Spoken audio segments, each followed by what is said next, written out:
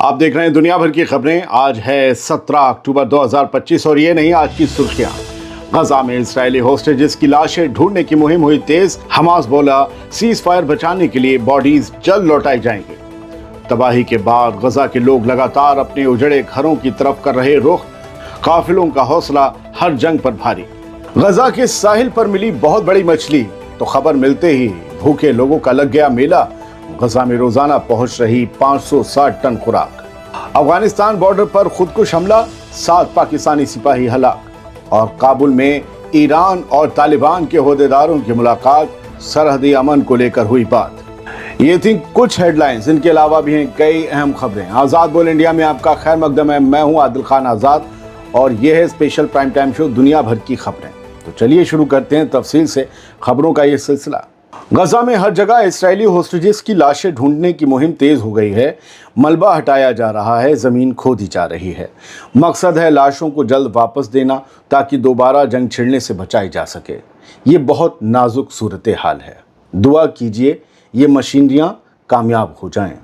गजा में हर तरफ मलबा हटाकर और ज़मीन खोदकर उन हज़ारों जगहों की तफ्तीश जारी है जहां इस्राएली हमलों में मारे गए होस्टेजेस दफन पाए जा सकते हैं। लोकल टीम्स और बची खुची मशीनें पूरी तरह इन कामों में झोंक दी गई हैं ताकि मलबे के नीचे दबी बॉडीज़ को निकाला जा सके। हमास का कहना है कि उसके पास भारी मशीनरी की कमी है, मगर जो भी औजार मौजूद है उनको पूरे ज़ोर शोर से इस्तेमाल किया जा रहा है। मकसद यही है कि लाशें जल्द से जल्द हासिल करके रेड क्रॉस सोसाइटी के हवाले कर दी जाएं और उनके ज़रिए इसराइल को सौंप दी जाएं ताकि किसी बहाने से आगे की लड़ाई की वजह ना मिल सके और इस्राएली फैमिलीज़ को भी अपने लोगों की आखिरी रस्में अदा करने का मौका मिल जाए।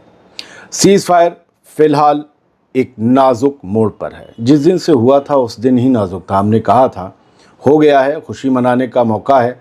फ़लस्तीनियों ने किया है, फ़लस्तीनी मूवमेंट ने किया है, फ़लस्तीनी खुशी मना रहे हैं तो हमें सवाल नहीं उठाने चाहिए। लेकिन अंदेशा जाहिर किया था बड़ा नाजुक सीज़ फायर है और आज भी ये नाजुक मोड़ पर है।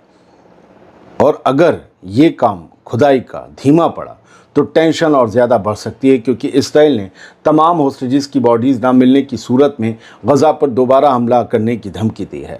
इधर हमास ने कहा है कि मीडिएटर्स सीज़ फायर समझौते की बाकी शर्तों पर तेज़ी से अमल करवाएं। हमास ने जुमे को सीज़ फायर के ज़मानती ममालिक से अपील की कि वो अमेरिका की पैरवी में हुई सीज़ फायर डील के बाकी हिस्सों पर अमल की निगरानी करें। हमास ने अपने बयान में कहा कि अब वक्त आ गया है कि कम्युनिटी सपोर्ट कमेटी की तश्कील मुकम्मल की जाए ताकि वो गजा की इंतज़ामी ज़िम्मेदारियां संभालने का काम शुरू कर सके। यानी जंग के बाद अब गजा की बहाली के लिए ढांचा तैयार करने की कोशिशें शुरू हो चुकी है और हमास इसी की अपील कर रहा है। गजा में इसराइली होस्टेजेस की लाशों की बरामदगी के लिए तुर्की की टीम को इसराइल की इजाज़त का इंतज़ार अब भी है। तुर्की की राहत एजेंसी AFAD के 81 माहिरीन जो हैं, इस टीम में 81 माहिरीन हैं, वो मिस्र की सरहद पर तैयार बैठे हैं। लेकिन अब तक इसराइल की इजाज़त का इंतज़ार ये पूरी टीम कर रही है ताकि वो गजा में दबे हुए लोगों और लाशों की तलाश शुरू कर सके। ये खबर हमने आपको पहले दी थी, इसमें अपडेट जो है वो डिटेल्स हैं। ये है कि तुर्की के हुक्काम ने बताया कि इस टीम के पास special search and rescue tools हैं, लाइव डिटेक्शन डिवाइसेस हैं जिससे ज़िंदगी का पता चल सके, और ट्रेंड सर्च डॉग्स यानी कि यूँ समझिए ट्रेनिंग पाए हुए कुत्ते हैं। हमास के एक ज़राए के मुताबिक तुर्की की टीम को इतवार तक गजा में दाखिल होने की मंजूरी मिलने का इम्कान है। फ़िलहाल तो इसराइल इस टीम को अंदर नहीं जाने दे रहा। अब गजा के जिंदा दिल लोगों की दास्तान सुन लीजिए। अपने बर्बाद हो चुके घरों की तरफ लौट रहे हैं वो। टूटी इमारतों के मलबों, धूल से ढकी गलियों और उजड़े रास्तों से होकर यहाँ हर कदम पर तबाही की कहानी है, लेकिन ये लोग चले जा रहे हैं।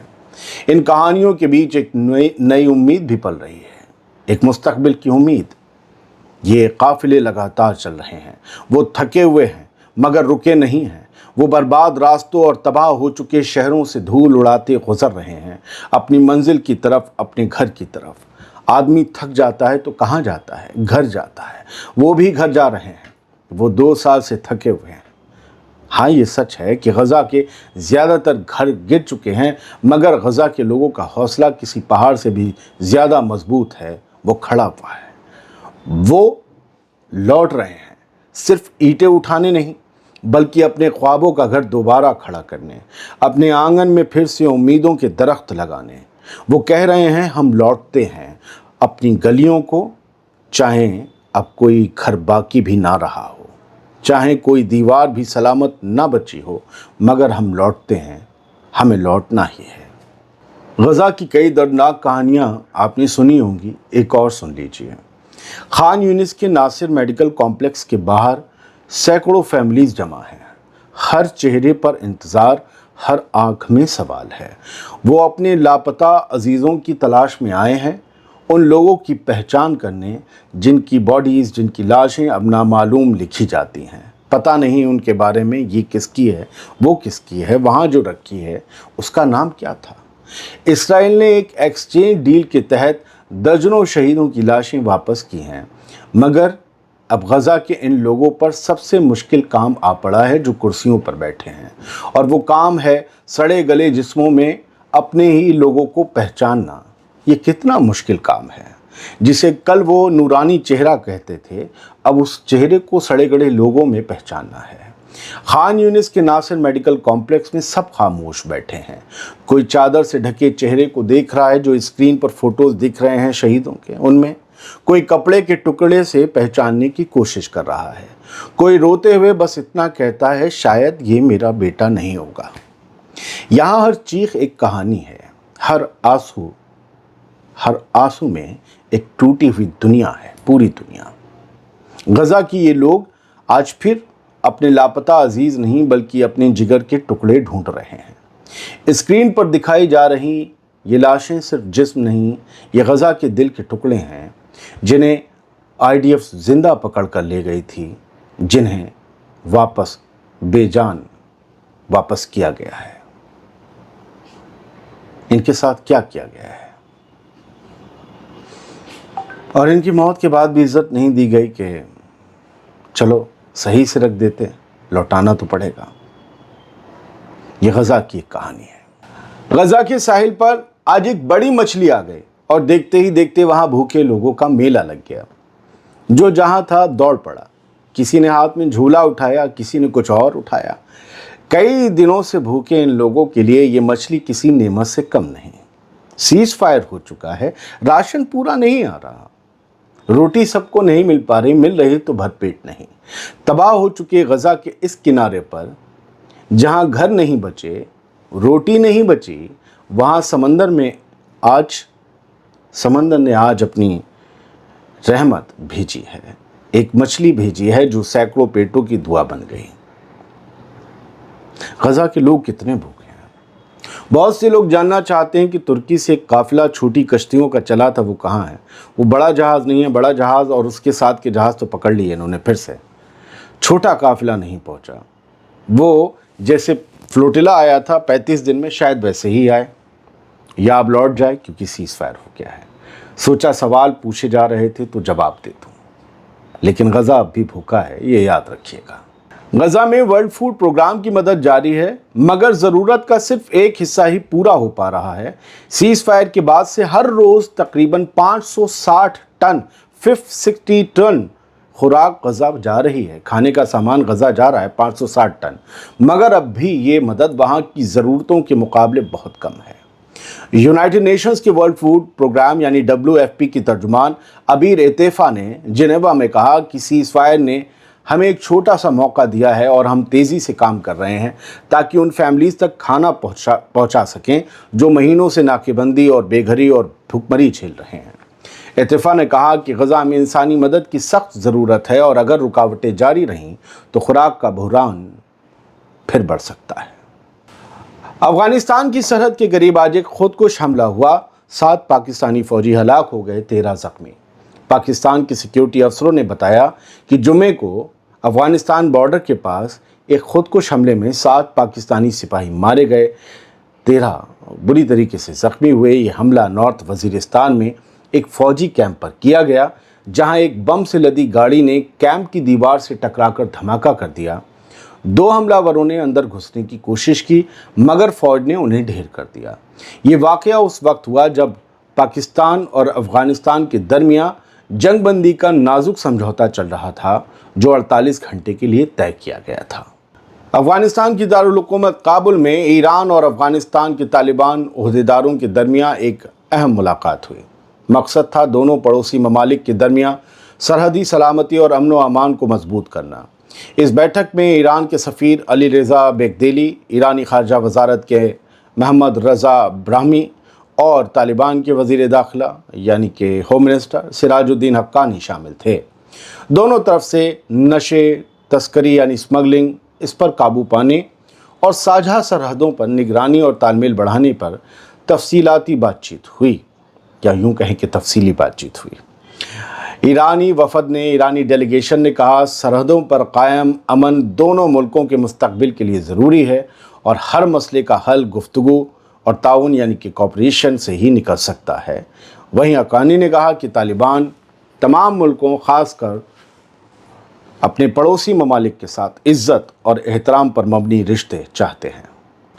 اب کچھ خبریں یہاں سے۔ ڈونلڈ ٹرمپ امریکہ کے صدر، انہوں نے یوکرین کی جو بار بار ڈیمانڈ آ رہی ہے ٹام ہاک میزائل کے لیے، اس پر ایک بیان دیا اور انہوں نے کہا کہ یوکرین کو ٹام ہاک میزائل دینے کے جو آپشن ہے اسے ختم نہیں کرنا چاہیے اور اسے ٹام ہاک میزائل دینی چاہیے، لیکن اس سے پہلے ڈونلڈ ٹرمپ نے یہ کہا کہ ہمیں اپنے ٹام ہاک میزائل کے ذخیرے کو پہلے پورا کر لینا چاہیے۔ ایسا نہ ہو کہ ہم سب کچھ بانٹ دیں، انہیں بھی دینا چاہیے اور اپنے پاس بھی رکھنی چاہیے۔ یعنی ٹام ہاک میزائل جو بار بار زیلنسکی مانگ رہے ہیں اس سے ٹرمپ نے انکار نہیں کیا۔ تو اس کے بعد پھر رشیا کی طرف سے بھی ایک بیان آ گیا جب ڈونلڈ ٹرمپ نے کہا، اور یہ بیان کسی اور کی طرف سے نہیں ہے، جو رشیا کی ودیشی خفیہ ایجنسی ہے SVR، ایک تو ان کی انٹرنل ہے KGB اور ایک جو ان کی SVR ہے، وہ جیسے امریکہ کی CIA ہے، تو SVR کے جو چیف ہیں، ڈائریکٹر ہیں سرگئی نریشکن، انہوں نے یہ کہا ہے کہ یوکرین کو ٹام ہاک میزائل جو بھی دے گا وہ سمجھ لیجئے کہ ہمارے ساتھ دشمنی کرے گا، ہم اسے سیدھے سیدھے دشمنی مانیں گے۔ یعنی کہ امریکہ کو یہ پیغام پہنچا دیا گیا ہے۔ ڈونلڈ ٹرمپ کی حکومت کے خلاف امریکہ میں بڑا غصہ ہے اور یہ ہیڈ لائن بتاتی ہے کہ لاکھوں لوگ اینٹی ٹرمپ پروٹیسٹ میں پورے امریکہ میں حصہ لینے جا رہے ہیں۔ ٹرمپ مسٹ گو ناؤ، یہ سب لکھا ہوا ہے۔ اصل میں ٹرمپ کی پالیسی سے لوگ بہت خوف زدہ ہیں اور خفا بھی ہیں پورے امریکہ میں، اور سارے امریکنز نہیں لیکن ایک میجورٹی کہیں لیکن ایک بڑی تعداد ہے لاکھوں لوگوں کی جو یہ مانتی ہے کہ ٹرمپ امریکہ کے لیے ایک صحیح صدر نہیں ہے۔ تو یہ بڑے پروٹیسٹ ہونے والے ہیں، اس سے پہلے بھی یہ ہوئے تھے۔ پیرو جو ساؤتھ امریکن کانٹیننٹ کا ایک ملک ہے، لیٹن امریکہ میں آتا ہے، قریباً 3 کروڑ ان کی پاپولیشن ہے، وہاں پر اینٹی گورنمنٹ پروٹیسٹ چالو ہو گئے ہیں، وہ جو جین زیڈ والے ہیں، وہی کرپشن کے خلاف اور بے روزگاری کے خلاف۔ تو وہاں پر بھی جو ہے اب اسٹیٹ آف ایمرجنسی لاگو کر دی حکومت نے، خاص طور سے کیپٹل میں، اور اس کی وجہ سے کافی زیادہ افراتفری پورے پیرو میں مچی ہوئی ہے۔ چائنا نے اپنے 2 ٹاپ جنرل سمیت 9 ملٹری اہلکاروں کو سزا سنائی ہے اور ان سب پر الزام ہے چائنا کی آرمی میں کرپشن کرنے کا۔ خاص طور سے اس میں جو چائنا کی جو آرمی کے نمبر 2 ہیں چائنا ملٹری کمیشن کے، جین ہی ویڈونگ، انہیں بھی سزا دی گئی ہے۔ تو اب چائنا جو ہے اپنی آرمی میں صفائی کر رہا ہے، کیونکہ پتہ یہ چلا ہے کہ بہت بڑے لیول پر ہتھیاروں کی خرید فروخت میں، کیونکہ جو کمپنیز بناتی ہوں گی چائنا میں ان سے بھی خریدنے میں بڑے کرپشن ہو رہے تھے۔ یہ بہت سے ملکوں میں کرپشن ہوتے ہیں، ہو رہے ہیں، آگے چل کر کھلیں گے۔ خیر، بڑھتے ہیں آگے۔ غزہ سے شروع کیا تھا، ویسٹ بینک پہ ختم کرتے ہیں۔ اسرائیلی فورسز نے لگاتار نئے حملے بڑھا دیے ہیں ویسٹ بینک میں، وہاں پر چھاپے ماری ہو رہی ہے اور لوگوں کو اٹھایا بھی جا رہا ہے، بنا کسی کیس کے بند کیا جا رہا ہے۔ جیسے کہ ابھی ہوسٹیجز نکلے ہیں، جو فلسطینی قیدی نکلے ہیں، سالوں سال بنا کسی جرم کے وہ رکھے گئے اندر۔ اسامہ ابو صفیہ ڈاکٹر جو ہیں غزہ کے، وہ بھی رکھے گئے ہیں بنا کسی جرم کے، بنا کسی ٹرائل کے۔ تو ویسے ہی لوگ اٹھائے جا رہے ہیں۔ ویسٹ بینک میں حالات خراب ہو رہے ہیں۔ یہ ایک بڑا مسئلہ آگے بن سکتا ہے کیونکہ وہاں ڈیل کرنے کو کچھ بھی نہیں ہے۔ بہت بہت شکریہ، سلامت رہیے، خوش رہیے۔